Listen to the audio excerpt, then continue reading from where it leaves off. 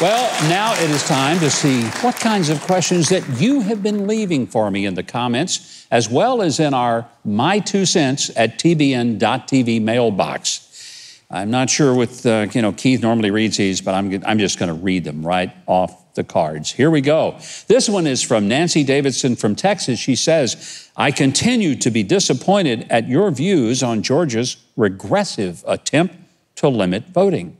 You should be ashamed. Nancy, I'm not ashamed. I'm rather happy about what Georgia has done because they expanded voting.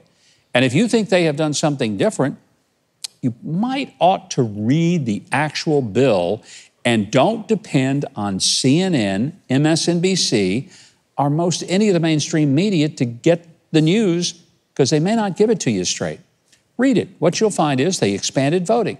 The hours, the days, far more than they have in New York, far more than they have in New Jersey, Connecticut, and including Delaware, the home state of the current president. So when people say, oh, Georgia has limited voting and made it harder, that's just not true. I say this, don't take my word for it. Read it for yourself and find out. And that is why, Nancy, I'm not ashamed. Okay, this one comes from Richard, who lives in Texas. He says, Governor, in financial service circles, audits are commonplace and expected, and they help expose cases where fraud occurs. Yet audits of elections are rare, and they are opposed by those in power. Shouldn't election audits be more common than audits of financial institutions? Richard, with brains like that, you'll never make it in Congress. I'm just telling you now, you have no hope of getting, that's too smart an idea. Actually, it's a great idea, Richard. I hope you run for Congress. The state of Texas and the U.S. could use somebody who thinks in simple logic, and you certainly did. Yes, we ought to have audits. Yes, we ought to make sure that everything is on the up and up. This one comes from Travis. He lives in Marionville, Pennsylvania. He says, listen to this. I would like to thank you for your sarcastic comment self-identifying as Chinese. I took it as a commentary on the ridiculous wokeness of corporate America today and their virtue signaling. Racism is becoming the excuse given for changing anything that the socialists don't like today, and most people that are being swept up by this nonsense don't even realize it. I know that you are heavily under fire for this in the media, but please know there are still rational people out here who can appreciate your points. Truth has become the new hate speech. Thanks again.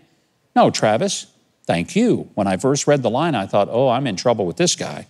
Then I realized he's a really smart guy, a smart guy. Thank you, Travis. This one comes from Little Rock, Arkansas. This will be fun. From Urban Holloway. And Urban says, Mike Huckabee, real Christians do not make anti-Asian remarks. You must apologize. Otherwise, God will know your heart is evil and you will not ascend to heaven. I just say one thing. I do agree with you. Real Christians do not make anti-Asian remarks. And I didn't.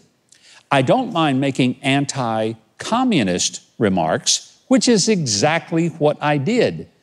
And as I said earlier in the show, I make no apology for criticizing the Communist Chinese Party that oppresses people and that doesn't allow people to vote at all.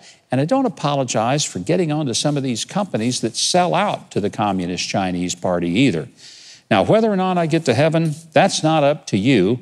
That's up to God. And I'm thinking I'm in a lot better shape in His hands than I would be in yours. So I'm going to leave it up to Him. Well, be sure to leave your questions, your comments, even your anger in the comments below, or you can send them to me at my2cents@tbn.tv.